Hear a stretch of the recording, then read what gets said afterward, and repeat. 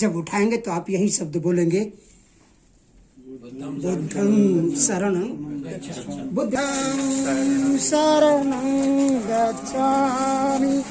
लेकिन समाज के लोगों ने संविधान को ही अछूत बना दिया। उनके परिवार के लोग, कुछ साथी सहयोगी उनकी डेड बॉडी के साथ आए हैं। ये बहुत भावुक क्षण है। ये बड़ी भीड़ लेकर के उनकी अंतिम यात्रा में चल रहे हैं।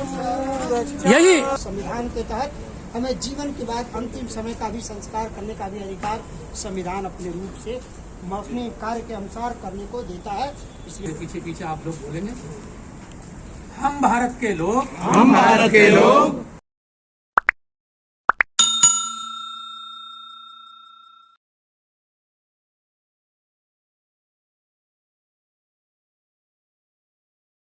बुद्ध ने कहा कि ये धम्म आपका है, आप इसके मालिक है।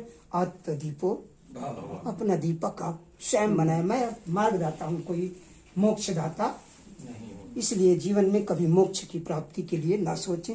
मोक्ष तो आपके कर्तव्यों का है, जो आपने कर्म किया, जो मेहनत किया, समाज को जितना बड़ा सम्मान दिया, आज आपके ऊपर ये परिस्थिति है। जब समाज में निकलेंगे तो लोग देखेंगे कि ये क्या बात है। जब उठाएंगे तो आप यही शब्द बोलेंगे, बुद्धं शरणं। बुद्ध का मतलब होता है ज्ञान और विज्ञान। आफ्टर द 600 BC सेंचुरी से पहले कोई बुद्ध के पहले कोई विज्ञान नहीं था। मैं नहीं कह रहा हूँ, आप सर्च करिए वर्ल्ड की 208 कंट्रियों में, कहीं भी यही बुद्ध का मार्ग है जो सत्य है। उन्होंने ये नहीं कहा। हम भी कहते हैं कि किसी भी धर्म की पुस्तक किसी भगवान ने नहीं लिखा, सब कुछ इंसानों ने ही लिखा। इसलिए आप जब उठाएंगे तो एक ही शब्द बोलेंगे, बुद्धं शरणं गच्छामि। धीरे धीरे धीरे धीरे धीरे धीरे धीरे चलो, धीरे धीरे चलो। हाँ संगम शरणं, आगे से हाँ, चलते रहो चलते रहो। शरणं गच्छामि, संगं शरणं गच्छामि। धीरे धीरे आ जाओ।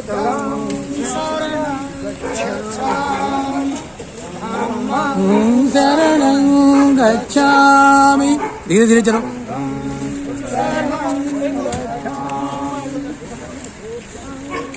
शरणं गच्छामि।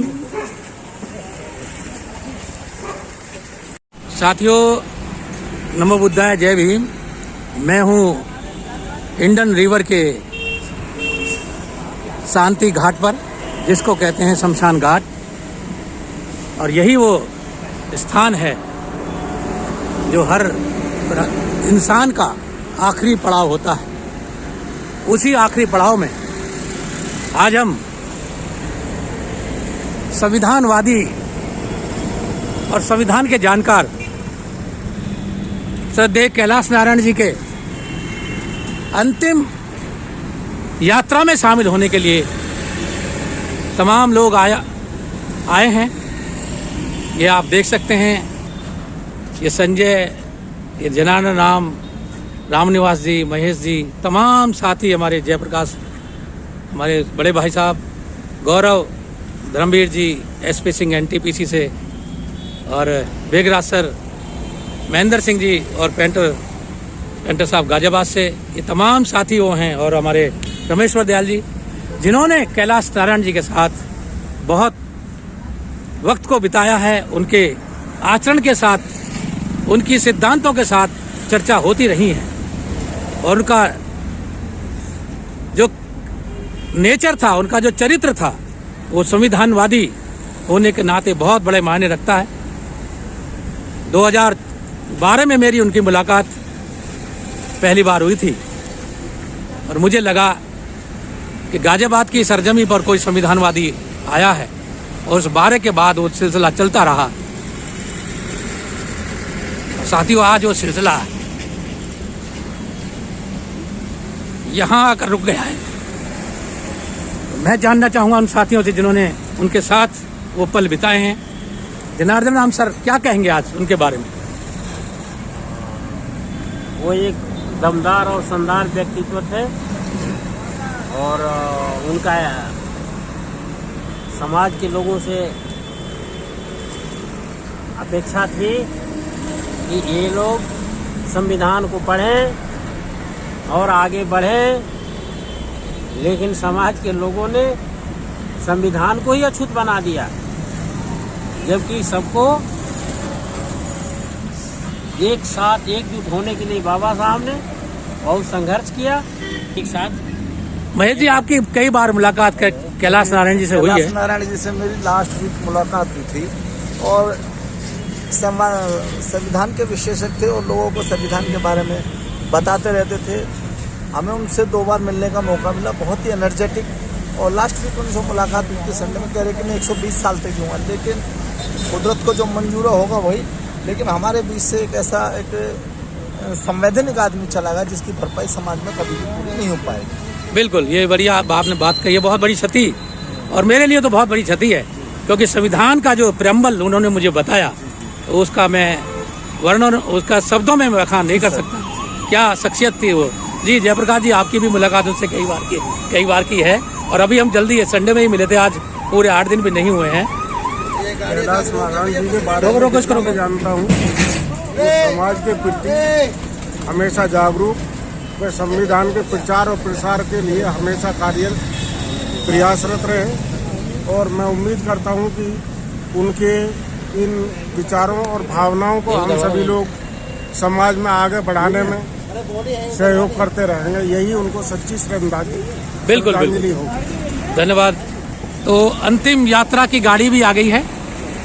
कैलाश नारायण जी के पार्थिव शरीर को इस गाड़ी से अभी उतारा जाएगा और फिर जो अंतिम संस्कार है यहाँ पर किया जाएगा। ये उनके परिवार के लोग, कुछ साथी सहयोगी उनकी डेड बॉडी के साथ आए हैं। ये बहुत भावुक क्षण है। इन भावुक क्षणों में कुछ भी कहना मेरे लिए बहुत मुश्किल है। उनकी शिक्षाएं, उनके वो वाक्य, संविधान उतारो आचरण में झुकेगा आसमान, संविधान उतारो आचरण में झुका लो आसमान, ये वाक्य मुझे प्रेरणा देते रहेंगे, मुझे उत्साहित करते रहेंगे। और ऐसी शख्सियत का जाना इस समय पर जहां संविधान की चर्चा खतरे के माध्यम से की जा रही है, बहुत ही क्षति इस समाज की है। तो अंतिम यात्रा में हम शामिल होते हुए ये तमाम साथी, हमारे उदय संस्था के साथी, आज कैलाश नारायण जी को अंतिम विदाई देने के लिए इकट्ठा हुए हैं। बुद्धम शरणम गच्छामि के स्लोगन बोलते हुए धम्मम शरणम गच्छामि। हालांकि वो किसी धर्म को मानते नहीं थे, मानवता और इंसानियत उनकी रग रग में बसती थी। संविधान जैसा है, निरपेक्ष, धर्म निरपेक्ष, पंथ निरपेक्ष, उसी संविधान के साथ वो जिंदगी भर चलते रहे, लोगों को बताते रहे। ये क्षण बहुत नाजुक हैं। आज फिजाएं खामोश हैं, शब्द नहीं है हमारे पास उनके इस कार्य के लिए। बुद्ध और कबीर की धरती से निकला एक छोटा सा जीव, बनारस की यूनिवर्सिटी में पढ़े और वहां से सारनाथ होते हुए DRDO में अपना कार्य पूरा किया। हमेशा संविधान के लिए जाने जाते रहे। गाजियाबाद जैसे शहर में उनका कोई दोस्त नहीं, उनका कोई मित्र नहीं, उनका कोई रिश्तेदार नहीं, लेकिन संविधानवादी होने के नाते आज देखिए, आज तमाम साथी एक बहुत बड़ी भीड़ लेकर के उनकी इस अंतिम यात्रा में चल रहे हैं। यही उनको हमारी सलामी है, यही उनके लिए हमारा श्रद्धांजलि है, यही आदरांजलि है। लोग समाज के काम आते हैं तो समाज भी उनको सम्मान देता है। साथियों, अंतिम यात्रा का समय पूरा हो चुका है। इन्हीं सब बातों के साथ जय भारत, जय संविधान।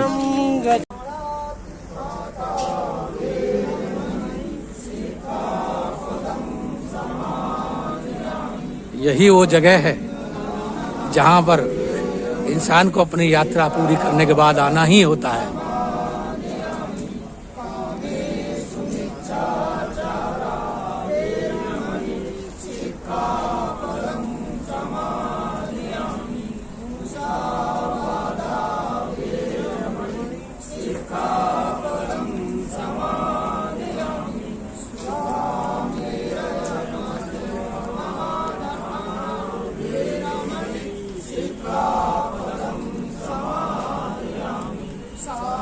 साधु साधु साधु। शब्बारी विजनका पत्तोषयुक्तं सत्ता बन्धितं बोधिपादुकं इमेते महाबोधि लोकनाथेन प्रियता अहं पीचेदियं नमस्तामि बोधिराजा नमस्ते राजा नमस्ते बोधिराजा नमस्ते।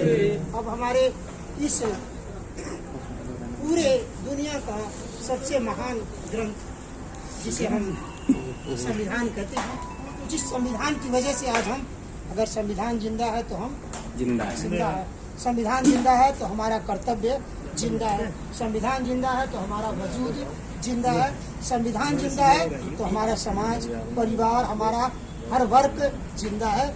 इसलिए उस संविधान के तहत हमें जीवन के बाद अंतिम समय का भी संस्कार करने का भी अधिकार संविधान अपने रूप से अपने कार्य के अनुसार करने को देता है। इसलिए संविधान का भी आपके साथ साथ हमारे उपासक संविधान की स्तुति कुछ आपके समक्ष रखेंगे। उनका साथियों, आज दुख का विषय तो है ही है, लेकिन प्रकृति का नियम भी है, सबको जाना होता है। और कैलाश नारायण जी के बारे में आप सब लोग जानते ही हैं। संविधान और संविधानवाद उनकी रग रग में बसता था और उन्होंने गाजियाबाद में संविधान को लोगों तक पहुंचाया। बहुत बड़ा काम उन्होंने किया और मैं उदय संस्था का एक छोटा सा सदस्य, मेरे साथ तो उनका बहुत लंबा समय रहा।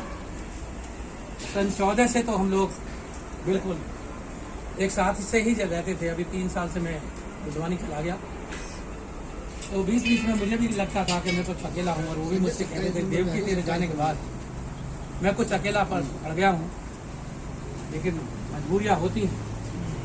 तो संविधान के लिए हमेशा वो जिए, संविधान को पढ़ाते रहे, और संविधान की जो उद्देशिका है उनको तो इस तरीके से याद थी कि जिसका दूसरा कोई उदाहरण हमको शायद देखने को नहीं मिलता है। तो आज उनकी अंतिम यात्रा में अंतिम पड़ाव पर हम सब लोग भारत का संविधान की मूल उद्देशिका को पढ़ेंगे और उनको अपने श्रद्धा सुमन और श्रद्धांजलि अर्पित इसी रूप में करेंगे। तो मेरे साथ मेरे पीछे पीछे आप लोग बोलेंगे, हम भारत के लोग भारत को एक प्रभुत्व संपन्न लोकतंत्रात्मक गणराज्य बनाने के लिए तथा उसके समस्त नागरिकों को सामाजिक आर्थिक और राजनीतिक न्याय विचार अभिव्यक्ति विश्वास आस्था और उपासना की